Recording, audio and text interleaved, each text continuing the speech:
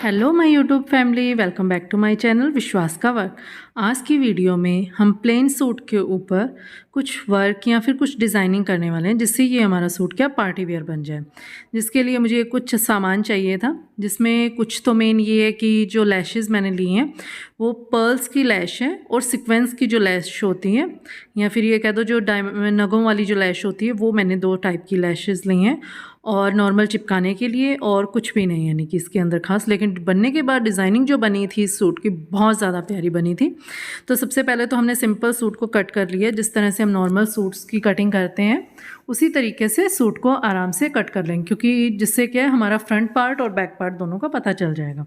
इसके बाद ये मैंने बुकरम की कटिंग कर ली थी। आपने जितना भी बड़ा या छोटा करना हो, ये था 4.5 इंच बाय 4.5 इंच का था फ्लावर।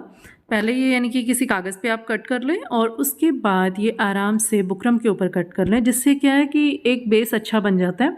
और सबसे बड़ी बात ये है कि जब हम पेस्ट करते हैं फिर ड्रॉ करने लगते हैं ना नीचे, तो ये हिलता डुलता नहीं है। कागज़ से क्या थोड़ा सा हिल डुल ज़्यादा जाता है। सबसे पहले जो घेरा हमारा होता है उसका यानी कि बीच का सेंटर पॉइंट करके उसके ऊपर हमने ये क्या करना स्टार्ट किया, ड्रॉ करना स्टार्ट किया। मेरे पास सिल्वर पेन था, उससे मैंने सिल्वर स्पार्कल पेन यानी कि उससे मैंने किया। अगर आपके पास यानी कि ट्रेस पेपर वगैरह होते हैं उनसे आप करना चाहें आप उससे भी कर सकते हैं, लेकिन मुझे इजी ये लगा पेन के से ही यानी कि थोड़ा ड्रॉ करना, तो मैंने इससे कर लिया। पर जैसे ये हमारा क्या नीचे सिंथेटिक थोड़ा कपड़ा है, ऑर्गेन्जा का था ये कपड़ा मेरे पास, तो ये क्या हिल डुल ज़्यादा जाता है।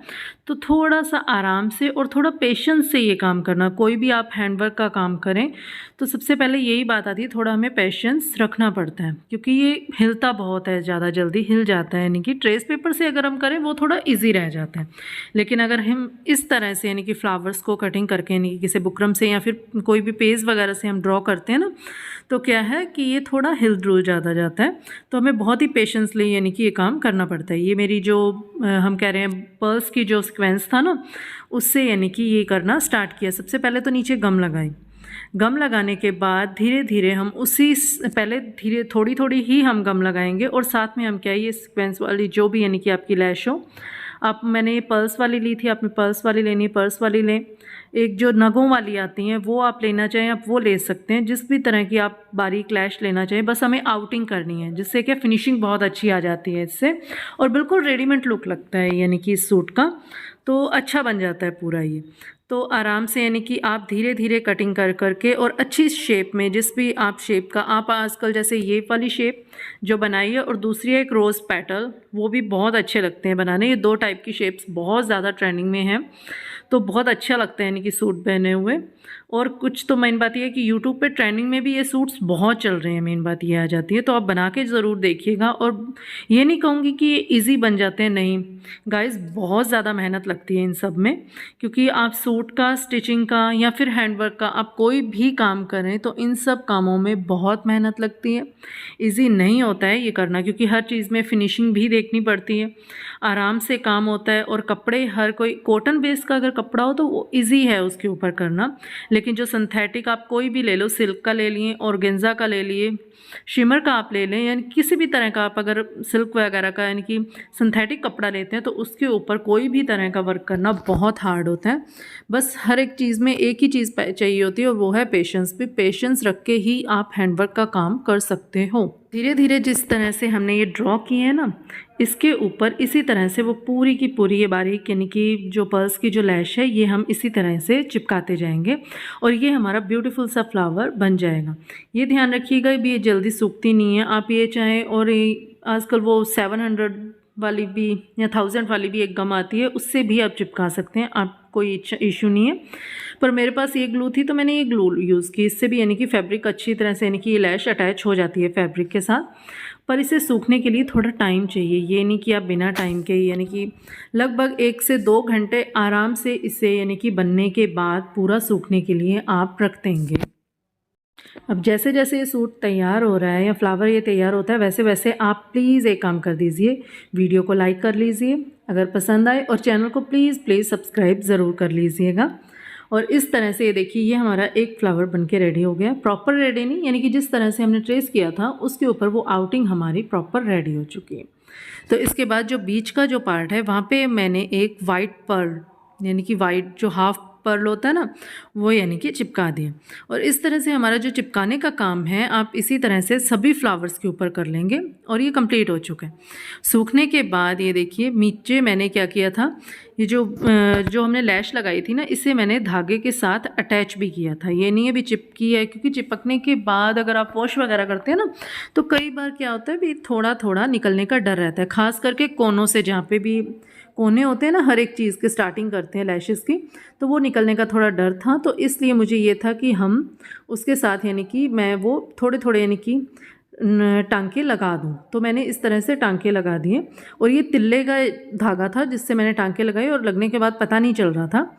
बीच में मैंने ये जो नगों वाली जो लैश आती है ना, वो तो ऊपर से जो मैंने किया था लैश वो पर्ल्स वाली थी, ये नग वाली है, तो उसकी साइड में आउटिंग दे दी। और ये इसी आउटिंग को भी उसी तरह के सुई के साथ अटैच कर दिया। आप पहले मैंने नहीं दिखाया था, इसमें मैंने प्रॉपर अच्छी तरह से डिटेल से दिखाया कि किस तरह से हमने अटैच करनी है।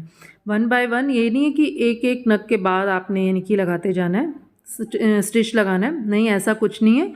थोड़े थोड़े 3-3 4-4 नगों के बाद या पल्स के बाद आप एक एक स्टिच देते जाइए, और ये आराम से हो जाता है, कोई इतना हार्ड काम नहीं होता। इससे ये क्या कि हमारा सिक्योर हो जाता है, बाद में डर नहीं रहता है कि कहीं हमने धोएं या वॉश करें तो यानी कि एक तरह से निकल जाए। बाद में मेरे पास वाइट मोतियों की जो माला होती है ना, छोटे छोटे होते हैं, वो थी, और उनसे भी उनको मैंने सुई से अटैच किया था, उनको मैंने चिपकाया नहीं था। आप आराम से इन्हें भी चिपका सकते हो। और आप ध्यान रखिएगा कि ये जो हम सूट हम बनाते हैं ना, जो हम रेडीमेड लेते हैं उनसे बहुत ज़्यादा सस्ते में पड़ते हैं, क्योंकि पीसेस हमें जो यानी कि ये जो प्लेन होते हैं ना पीसेस, बहुत आराम से आपको मार्केट से मिल जाते हैं। 3 मीटर, 3.5 मीटर, 3.5 मीटर के अंदर आराम से आपका जैम्पर और आराम से आपका प्लाज़ो सूट आराम से बन जाता है। सलवार सूट नहीं कहूँगी, लेकिन प्लाज़ो सूट बहुत इजीली 3.5 मीटर में बन जाता है। ये मेरे पास सिर्फ 3 मीटर ही कपड़ा था, ये मैं लाई थी, तो 3 मीटर के अंदर मेरा प्लाज़ो और जैम्पर बहुत आराम से बन गए थे। और प्लेन था तो मुझे प्लेन नहीं चाहिए था, तो आराम से एक पार्टी वेयर लुक आप किस तरह से दे सकते हैं वो आप देख सकते हो इसके अंदर। और ये बीच में एक प्यारा सा ब्यूटीफुल सा बैच, यानी कि एक तरह से पूरे नगों का, यानी कि नग और मोतियों का एक प्यारा सा पीस बन गया, जो बहुत ही यानी कि इस पूरे यानी कि फ्लावर को पूरा लुक, कंप्लीट लुक दे रहा था, और बनने के बाद बहुत सुंदर लग रहा था। और मेन बात ये थी कि बहुत इजी था यानी कि ये सब कुछ क्रिएट करना। बनाना मुश्किल है, लेकिन क्रिएट करना एक मेंटलिटी में होता है, माइंड में होता है कि हमने किस तरह की चीज़ बनानी थी, और उसका जो मैंने आउटपुट सोच रखा था उससे ज़्यादा ये खूबसूरत मुझे लगा है। बात ये आती है, और सभी में इसी तरह से कर लें। बाद में ये मेरे पास एक काव्या है जो आराम से यानी कि आयरन मशीन आप कह लीजिए, जिससे आराम से ये क्या कटवर्क हो जाता है। क्योंकि नीचे जो घेरा था यानी कि घेरे पे और स्लीव्स पे मैंने इसी तरह का कटवर्क किया, क्योंकि घेरा भी कटवर्क में बहुत खूबसूरत लगता है और स्लीव्स भी क्या है कटवर्क की बहुत खूबसूरत लगती है। और कुछ क्या बात है कि आजकल ट्रेंडिंग में भी बहुत ज़्यादा है। आप भी आराम से इससे, चाहे ऐसी आपके पास मशीन नहीं है, आराम से, वैसे ये इलेक्ट्रिक यानी कि शॉप पे मिल जाती हैं। अगर आपके पास मशीन नहीं है तो आराम से आप, अगरबत्तियाँ होती हैं ना, वो हर किसी के घर पे अवेलेबल होती हैं, उनसे भी आप धीरे धीरे आराम से कर सकते हो। बस बात ये है कि थोड़ा सा ध्यान ज़्यादा रखना पड़ता है उनसे, क्योंकि ये तो एक साइड में यानी कि एक तरीके से यानी कि गर्म होती है और हम चलाते जाते हैं, लेकिन उससे थोड़ा सा डर रहता है कहीं वो बुझ ना जाए, या फिर एकदम यानी कि आग लगने का थोड़ा सा डर रहता है। लेकिन आराम से अगर अगरबत्ती से भी हम चाहें ना तो आराम से नॉर्मल धीरे धीरे उससे भी हो जाता है। तो ये देखिए आराम से कटवर्क देखिए कितना प्यारा हो रहा है और बहुत खूबसूरत लग रहा था ये।